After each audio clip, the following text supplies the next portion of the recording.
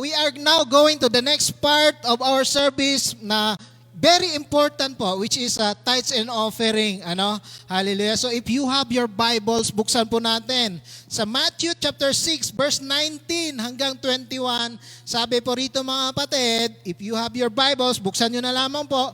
Matthew 6, 19, 21. Ayan, inulit ko pa. Sabi rito, do not store up for yourselves treasures, marami pala to, may S, on earth where moth and vermin destroy and where thieves break in and steal.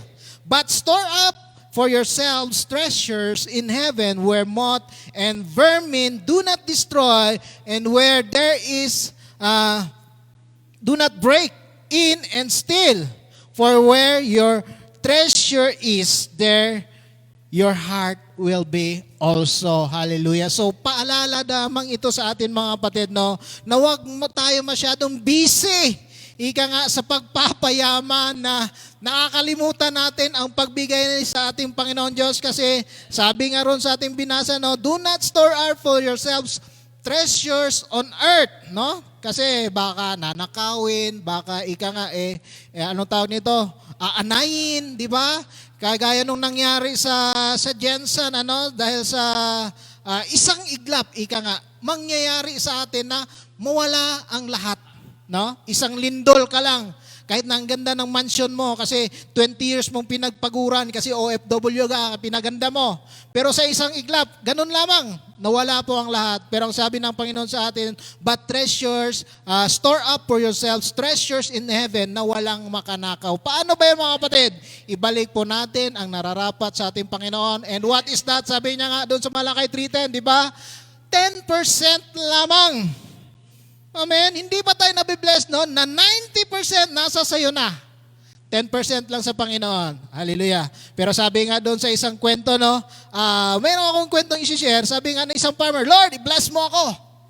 Naikwento ko na ito, yung pato. So iba na naman, wag na yung pato kasi nagamit na natin yung pato last time. So eto mga kapatid, kaban ng bigas.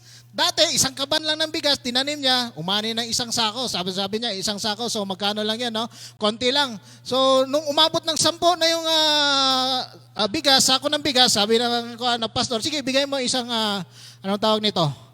Isang sakong bigas. So, pwede na, may 9 na tira sa iyo. Ang problema ngayon mga kapatid, yung sakong bigas, umabot na sa 100. Nako, so ilan ng sakong bigas ang ibibigay niya? Na 10 sako na. So, umabot niya ng 100,000 sacks. Paano na lang yan? So, 10,000 sacks. Sabi niya, mukhang mahirap na magbigay, pastor. Sa susunod na lang. Kasi sabi niya, di ba dati, Lord, panalangin mo. Magbibigay ako sa iyo. So, ngayon, ang sabi ng pastor, sige, panalangin natin na bumalik ka sa dati para makapagbigay ka. So sabi niya, wag naman. Sige, bibigay na lang ako, Lord. So yun din para sa atin, Maybe it's a joke for us, pero hindi, mga kapatid. Tingnan mo nga naman, kung paano ka na-bless ni Lord. Di ba? From isang kaban, naging 1 sack, naging 10, hanggang naging 100,000 sacks. Saan ka lang yan? Di ba? Ang hinihingi, konti lang. Kasi yung ibabalik mo ay, grabe. Ang ibabalik ng Panginoon sa iyo. Kasi sabi nga ron, for where your heart is, there your treasure is. So makikita doon kung nasa sana yung tinatago mo. Kaya ibalik natin sa loob ang ating ikaloob pala para sa Panginoon. Kaya kung handa na tayo, let's all stand and give.